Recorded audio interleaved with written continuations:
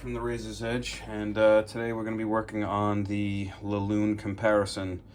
So in my left hand I have the Progress Razor, and on the right hand I have the Dreyfus, and I'm basically going to kill the edge on both of these razors.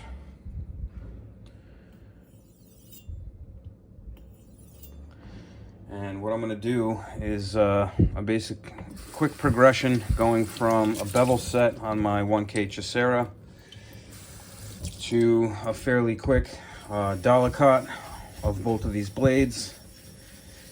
And then I'll designate one blade for each La Lune that I have and basically do a bit of a comparison between the two razors based on a comparison shave after we get these all honed up. So basically going to start by doing some quick short strokes. Let's just add a little bit of water to this. There we go.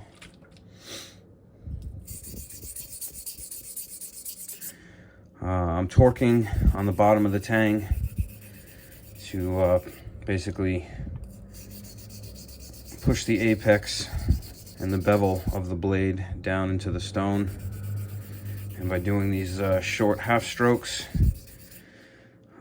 definitely kind of cuts this process down quite a bit, makes it go pretty quickly. When I do this, especially if I've killed the edge, I pay attention to my undercut, because you'll notice at first it's not super even. And then as you remove a bit of material, you'll start to notice your undercut basically evening out. And you'll be able to hold a bead of slurry and or water evenly across the stone as you go. And you'll notice behind the spine on the stone that it kind of squeegees the stone. I don't want to say dry, but squeegee is basically the liquid off of it, because it's all going up onto your bevel and onto your apex.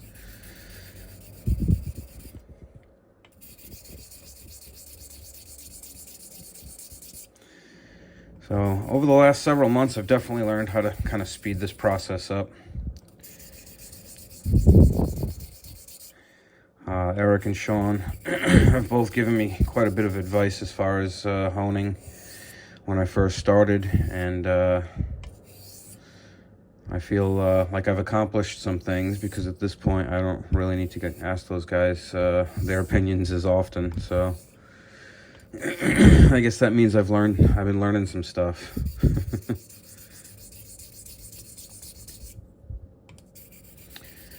So what I'm going to do is this this 1K bevel set.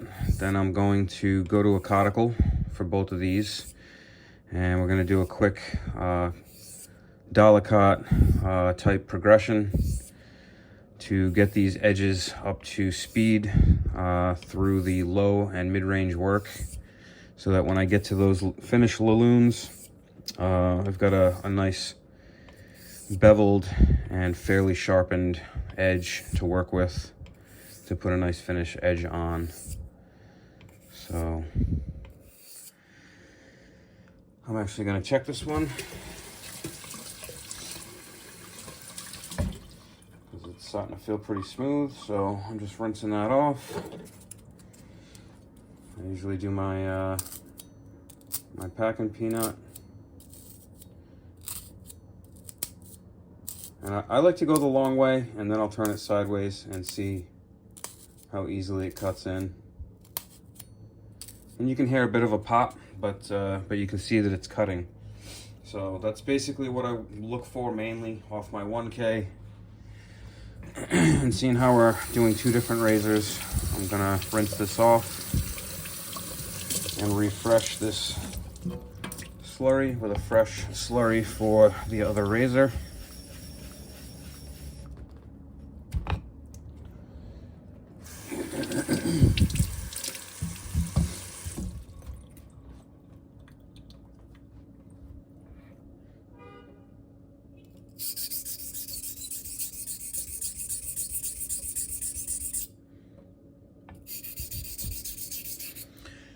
add just a little bit of water. Personally, I really don't like to watch my slurry dry out at all. Definitely like to carry a little bit of liquid with the slurry.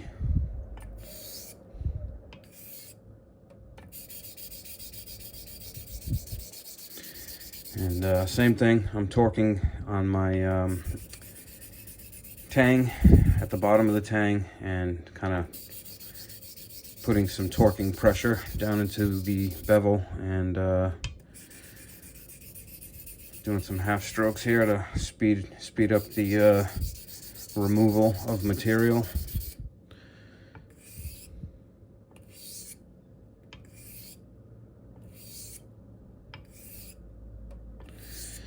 And I can already see that we're getting some pretty decent undercut, but it's not perfect yet, so I'll go a little bit further before I stop and do any sort of pack and peanut test or anything like that. Another thing I do is I'll kind of run my thumb, the edge of the skin of my thumb, basically down the side of the blade just a little bit and see if I feel any bite. Just to see if I'm getting any edge back after I've killed an edge. These are just quick little ways that I've found that kind of tell you what you need to know so that you know you're going in the right direction.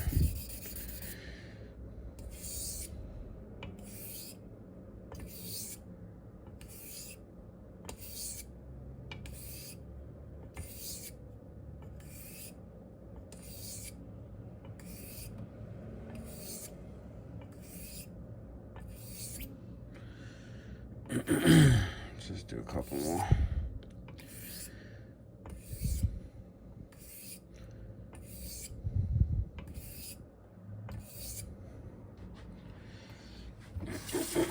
Same thing, just gonna feel the edge real quick.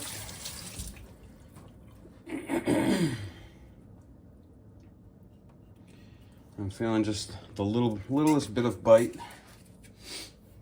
So I'll just check on the packing peanut once again. And it seems to be cutting in on this end, the heel end of the blade. Sorry, out of frame there. So it looks to me like the toe, or feels to me like the toe needs a little bit of work. So I'll put some focus into that toe.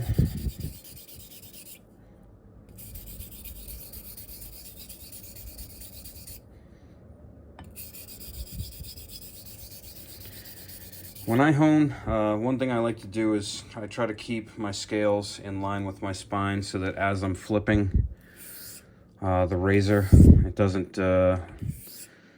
feel like it's getting in my way, the scales. I don't want to feel like it's bouncing off the palm of my hand or anything like that. I just want to feel it spin and turn over with the spine. So every once in a while as I'm going, if it starts to move, you might see me make a little tiny adjustment to the scale so that it kind of stays in line.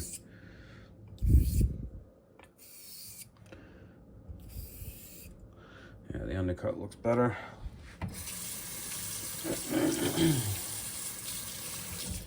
So again, I'm just going to rinse and dry this off.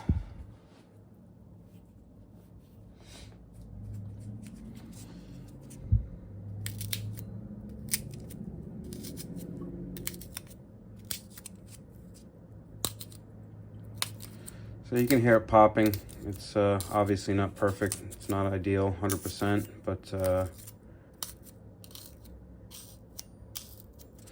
but definitely going in, and same thing, you know, if you very, very lightly, I can feel that I'm getting the same bite from the toe to the heel. So I'm gonna stop there. And if there's any more beveling that needs to happen when I go to a slurry on my caudicle, that will finish out any sort of bevel that might still need to be done.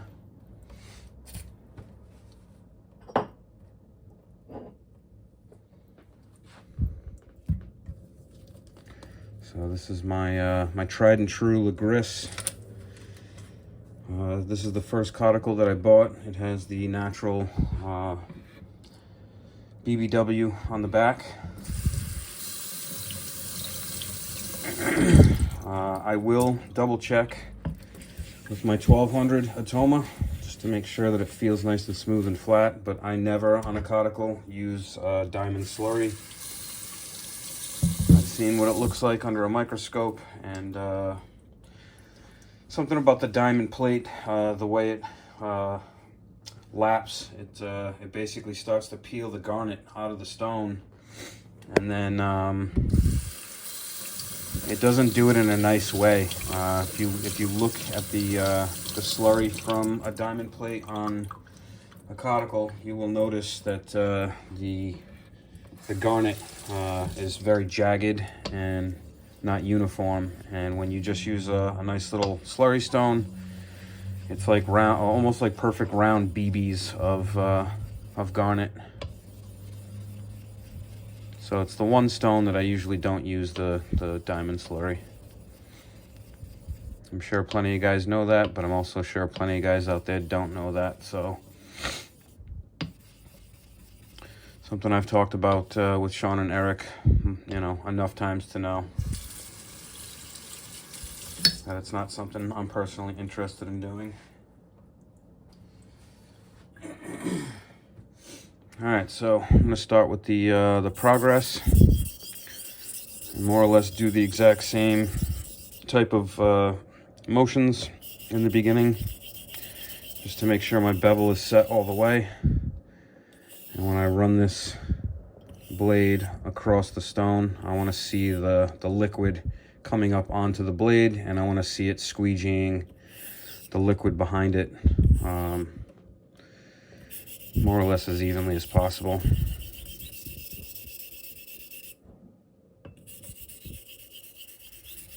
Also, when I'm doing this step, you'll notice I kind of work the blade left and right if the stone is not wide enough to make connection with the whole edge, because I like to make sure that I'm wearing that stone and honing on the edge evenly from heel to toe. One thing that's always bugged me a little bit when it comes to honing is when you get one side nice and sharp and the other side isn't sharp. So I very much so pay attention to make sure I'm kind of getting that nice even sharpness across the whole blade. So that's one thing about running my thumb on the edge. You know, if I feel it here and it feels almost smooth and there's no bite, and as I go down there's more and more bite, but as of right now that feels pretty even, so we're just going to continue. But it's just, you know, something I pay attention to as I'm honing, to make sure I'm getting that even sharpness across the whole blade edge.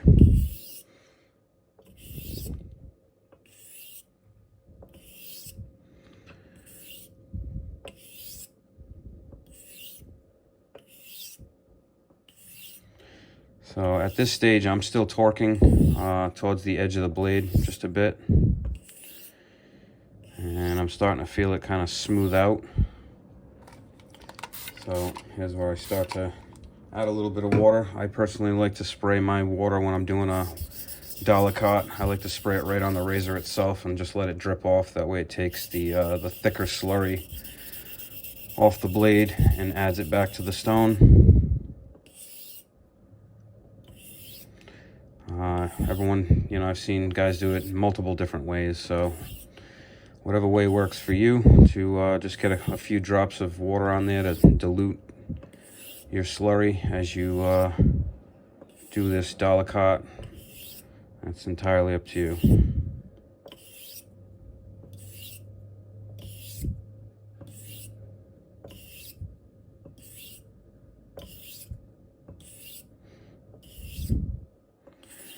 So one thing I personally do is I just did the first dilution.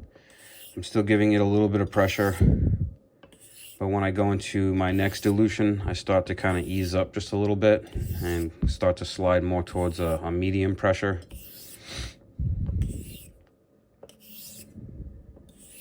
And same thing with the torquing. I start to back off on torquing the blade as much.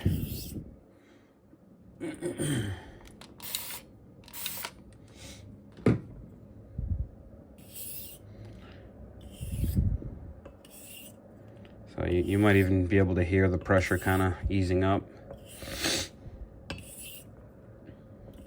Because at this stage in the game, it should actually be starting to sharpen to the point where it should go into the packing peanut easily. Should be able to get some sort of action on the arm hair. However you like to check it, you know. I have a couple different methods personally that I use, and you know, there's times where I change it up.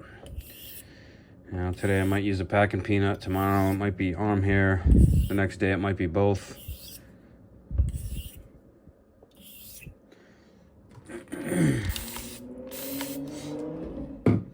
And I'm kind of speeding this to delicate along. I mean, you can kind of take more time with it if you want, but I know where I need this blade to be so that when I bring it to the La Lune, it'll just continue to carry that edge. So I'm not looking for perfection out of this step. I'm just looking for a decent refinement so that when I go to my finish stone, I can get the results I'm looking for out of the finish. I'm actually going to check this real quick.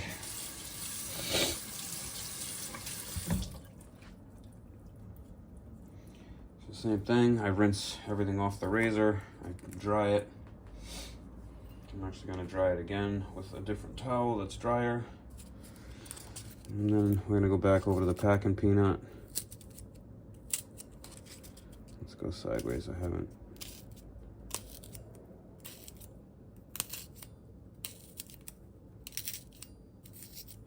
As you can see, it's going into the peanut pretty easily. Might not be 100% perfect, so I'll do a few more strokes here.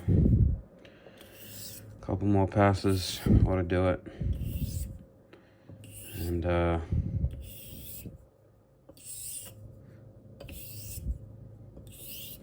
sometimes I lead with my toe, sometimes I lead with the heel. You really don't want those scratches to all be in the same direction, you know. I kind of like to crisscross my scratch pattern. So sometimes I'm going straight, sometimes I'm leading with the toe, sometimes I'm leading with the heel.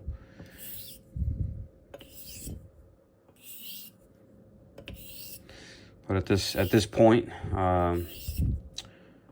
where I would consider myself past the halfway point, I'll start to kind of change up my patterns a bit so that that scratch pattern goes, you know, in multiple directions.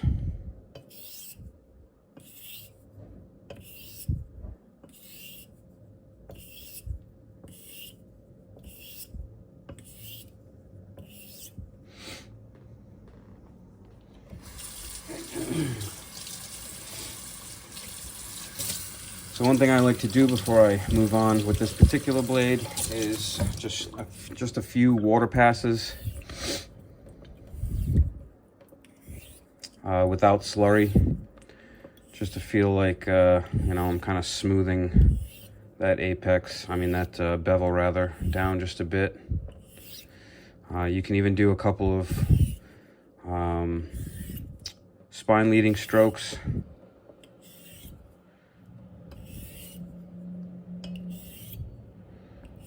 And then back. So I know I'm pretty much ready to go to my next finish stone, so I'm going to do the same thing with the other blade, with the Griffith.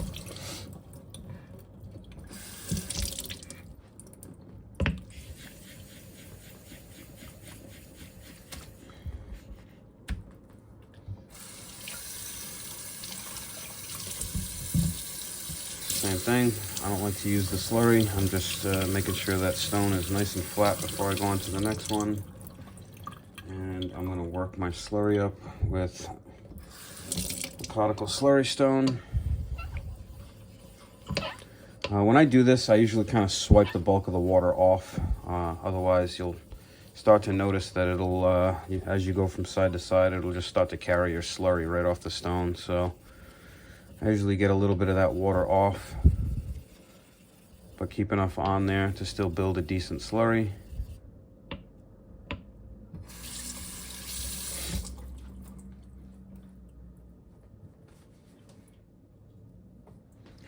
And now we're basically going to do the exact same thing with this Dreyfus.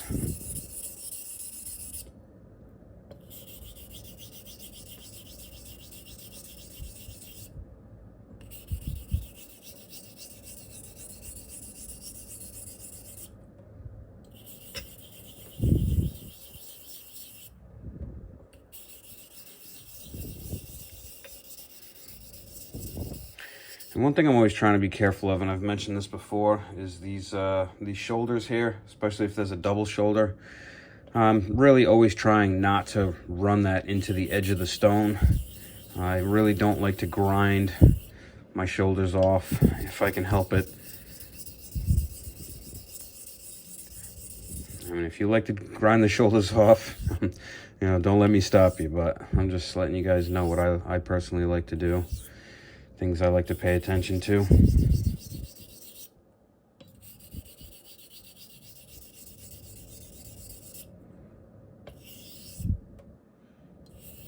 Same thing, it looks like we're getting pretty decent undercut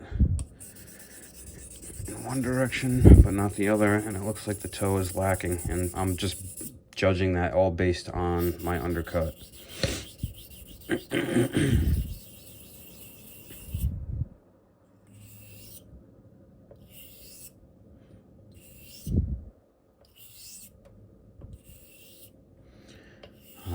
At this point, the slurry is going up onto the apex as I move the blade slowly across the stone, so that's another thing I look for. Because if all that liquid is just going under the apex of the blade, your bevel is definitely not set.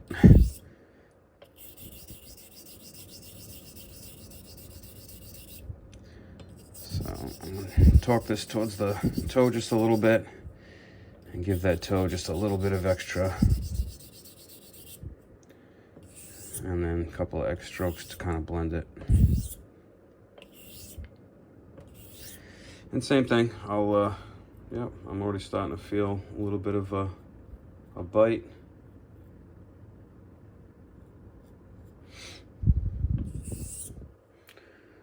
So those are just little telltale signs that kind of help guide you.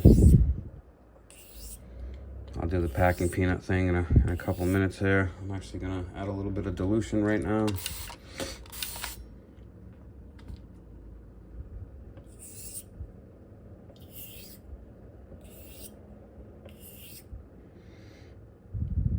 All right, those scales are starting to come out of alignment with the spine there.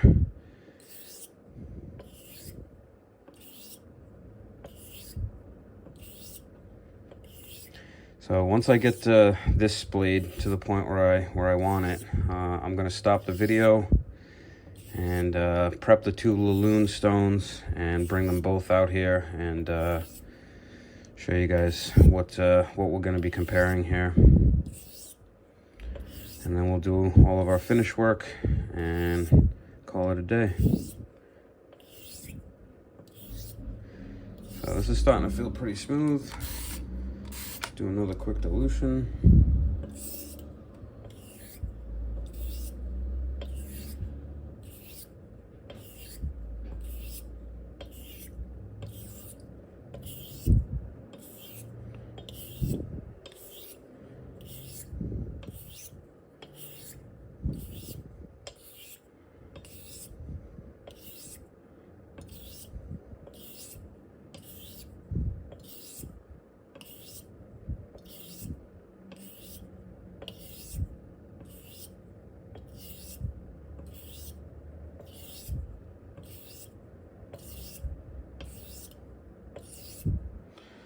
Alright, let's do a quick rinse on this, clean this blade up, dry it off, and see how it's going into the packing peanut.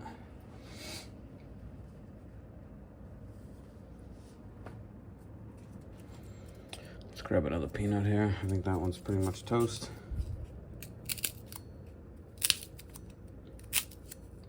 And it's still making some noise towards making more noise towards the toe.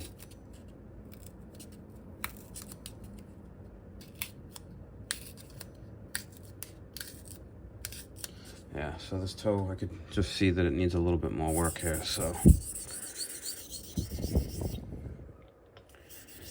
just gonna favor this toe a bit.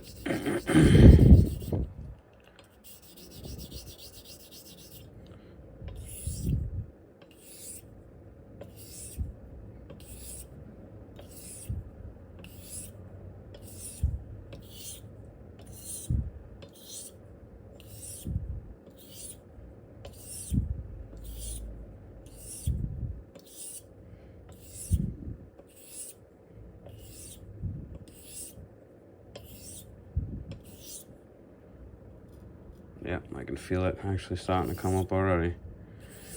It's amazing how fast these stones actually work sometimes.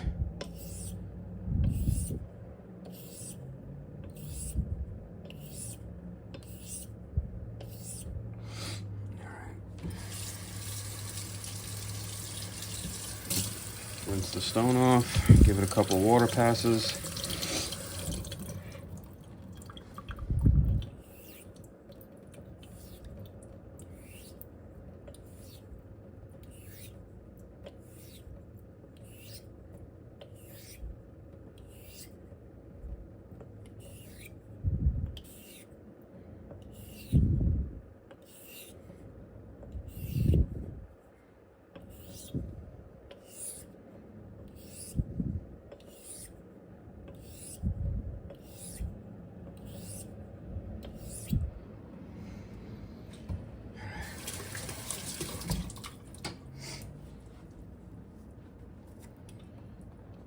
Make sure this is dry all the way. That way it doesn't affect the skin of the packing peanut at all.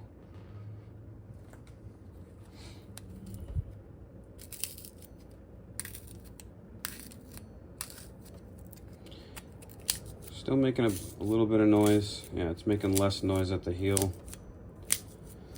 A little bit more noise towards the toe. And when I run my thumb down the edge, and I'm doing this extremely lightly. Yeah, it feels like that toe could just use a pinch more. So I'm not gonna work up another slurry. I'm just gonna give it some water passes here just to kind of keen up that toe a little bit.